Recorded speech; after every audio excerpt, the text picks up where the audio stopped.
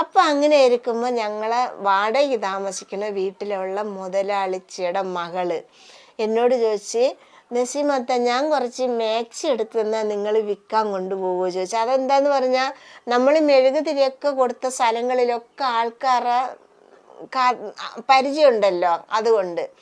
അപ്പം ഞാൻ പറഞ്ഞു ആയിക്കോട്ടെ എന്ന്. എന്നിട്ട് ഞാൻ ഇത് കൊണ്ടുപോയി, എന്ത് മാക്സി, മെഴുകുതിരി നിർത്തിയിട്ട് മാക്സി കൊണ്ടുപോയി. അതിന് മെഴുകുതിരി കൊണ്ടുപോകുമ്പോൾ തന്നെ അതിൻ്റെ ഒരു സൈഡ് ബിസിനസ്സായിട്ട് അച്ചപ്പം ഉണ്ടാക്കി കൊണ്ടുപോകും കേട്ടോ. അപ്പം അങ്ങനെ മാക്സി കച്ചവടം കടയും ഒക്കെ നിർത്തി എന്നിട്ട് വേറൊരു ജോലിക്ക് പോയി. അങ്ങനെയൊക്കെ എൻ്റെ മോനെ നന്നായിട്ട് ഞാൻ പഠിപ്പിച്ച് കൊടുമുണ്ട എന്ത് സ്കൂളാത്, ഹൈസ്കൂളിലാണ് +1 9ാം ക്ലാസ് 10ാം ക്ലാസ് +1 +2 പഠിച്ചത്. അങ്ങനെ ഇവനെ പഠിപ്പിച്ച് ഞങ്ങൾ അവിടെ നിന്ന് ഇവിടം വരെ എത്തിക്കണ്. ആ പട്ടാമ്പിയിലെ ഉമ്മാന്റെ വീട്ടിൽ നിന്നാണ് ഇവിടം വരെ എത്തിയത്.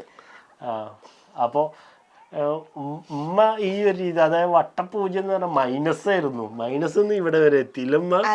അതാണ് ഞങ്ങളൊക്കെ വളർത്തി. അപ്പൊ നമ്മള് ജീവിക്കണം എന്ന് വിചാരിച്ചാല് ബാക്കിൽ നിന്ന് കുറെ ആൾക്കാർ നമ്മളെ സപ്പോർട്ട് ചെയ്യാണ്ടാവില്ല ഉമ്മ. അതെ, അതേപോലെ എൻ്റെ അനുഭവം കൊണ്ട് നമ്മൾ ഒറ്റയ്ക്ക്, ഒരു സ്ത്രീ ഒരു സമൂഹത്തിൽ ഒറ്റയ്ക്ക് ജീവിക്കുകയാണെങ്കിൽ അവർക്ക് പല പേരുണ്ടാവും.